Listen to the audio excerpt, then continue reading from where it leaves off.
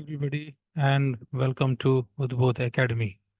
Again, in today's present vocabulary session, we are here with some words for you so that you could improve your communication, and this will help you equally in your competitive examinations.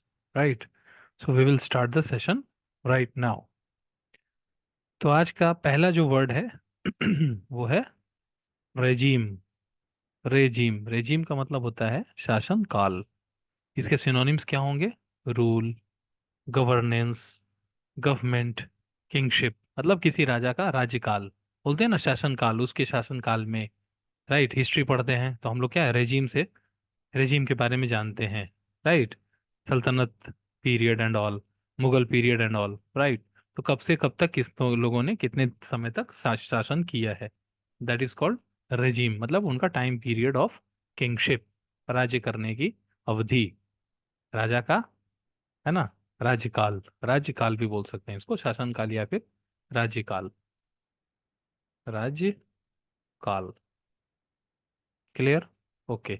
Now the next word is intervention. ठीक है, इस मामले में आपको intervention करने की कोई जरूरत नहीं है। गवर्नमेंट का इंटरवेंशन इस मामले में बिल्कुल जरूरी था। ठीक है, इंटरवीन करना, है ना, किसी मामले में हस्तक्षेप करना। This is the next word, intervene, intervention. और ये क्या है? एक नाउन है। राइट, मोस्टली क्या होता है, लास्ट में जब TION लगता है ना, तो कोई भी वर्ड होता है वो क्या होता है? नाउन। ये पार्ट्स ऑफ स्पीच में जब ग्रामर के सेशन हम करेंगे तो ये चीज़ों को, है ना, हम इस चीज़ पे डील डिस्कस भी करेंगे। इंटरवीन, इंटरवीन करना मतलब हस्तक्षेप करना, वो क्या है? वर्ब है। Intervene, intervene, to intervene. Right, मतलब हस्तक्षेप करना, ये क्या है? वर्ब है।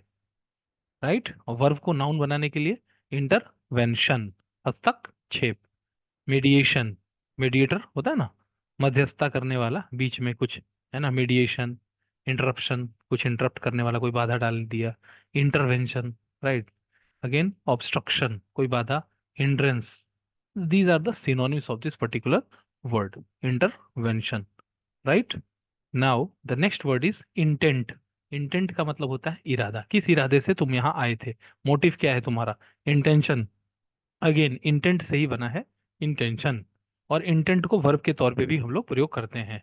What exactly do you intent, है ना, तुम्हारा क्या इरादा है भाई। What intentions do you have, तुम्हारे क्या इरादे हैं। राइट, तो यहाँ पे ये एक नाउन की तरह भी है। राइट, इरादा। और आप लोग कमेंट में करके बताइए ये कौन सा नाउन है, इंटेंट को कौन सा नाउन बताएंगे।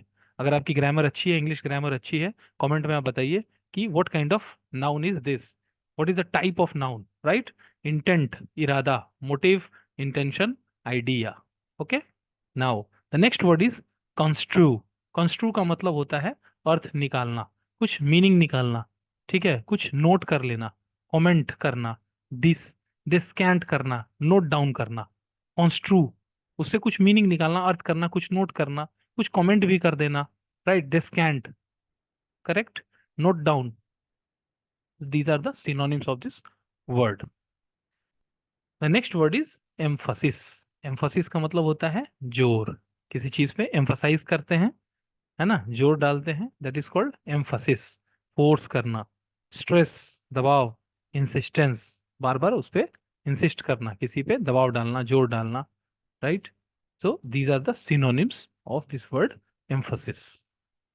तो आज के वोकेबलरी सेशन में बस इतना ही। आई होप कि आप day by day you will improve your English vocabulary database, and this will definitely help you in your day-to-day communication as well as your competitive examinations you are targeting.